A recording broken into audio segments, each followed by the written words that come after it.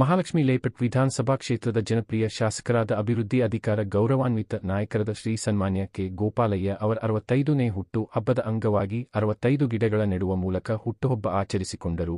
BJP ಮುಖಂಡರು, ಕಾರ್ಯಕರ್ತರು, ಅಭಿಮಾನಿಗಳು ಆಗಮಿಸಿ ಶುಭ ಕೋರಿದರು. ನಮ್ಮ ಮಾಧ್ಯಮಗಳ ಜೊತೆ ಮಾತನಾಡಿದರು.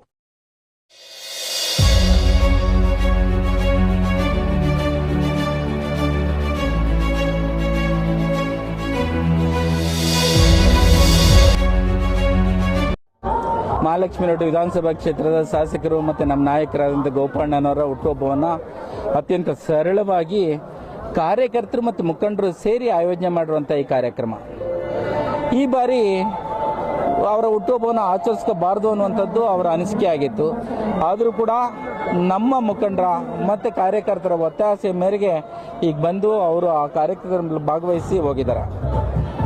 ಅವರು ಪ್ರತಿ ಹಂತದಲ್ಲೂ ಕೂಡ ಪ್ರತಿ ತಿಂಗಳು ಏನು ಆರೋಗ್ಯ ಕ್ಷೇತ್ರಕ್ಕೆ ಗಮನವನ್ನು ಕೊಟ್ಟಿದ್ದಾರೆ, ಪ್ರಾರಂಭಿಕ ಹಂತದಿಂದ 2008ರಿಂದ ಇಲ್ಲಿ ತನಕ ಪ್ರತಿ ತಿಂಗಳು ಕೂಡ ಆರೋಗ್ಯ ಕ್ಷೇತ್ರದಲ್ಲಿ ಮೆಡಿಕಲ್ ಕ್ಯಾಂಪ್ಗಳನ್ನ ಮಾಡ್ತಾ ಇದ್ದಾರೆ.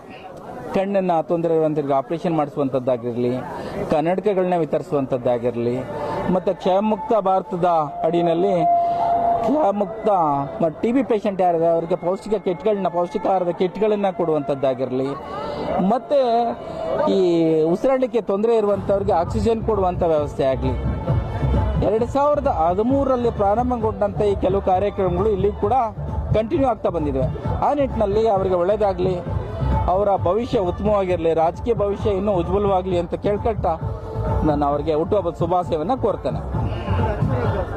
ಅಕ್ಷರಾಭ್ಯಾಸದ ನಾನು ಈಗಾಗಲೇ ಹೇಳಿದೆ.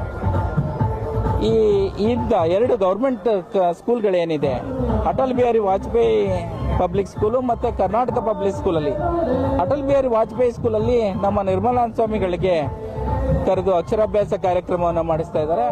ಅದ್ರ ಜೊತೆಗೆ ಕರ್ನಾಟಕ ಪಬ್ಲಿಕ್ ಸ್ಕೂಲಲ್ಲಿ ಸಿದ್ಧಗಂಗಾ ಮಠದ ಸ್ವಾಮಿಗಳನ್ನ ಕರೆದು ಅಕ್ಷರಾಭ್ಯಾಸ ಕಾರ್ಯಕ್ರಮವನ್ನು ಮಾಡಬೇಕು.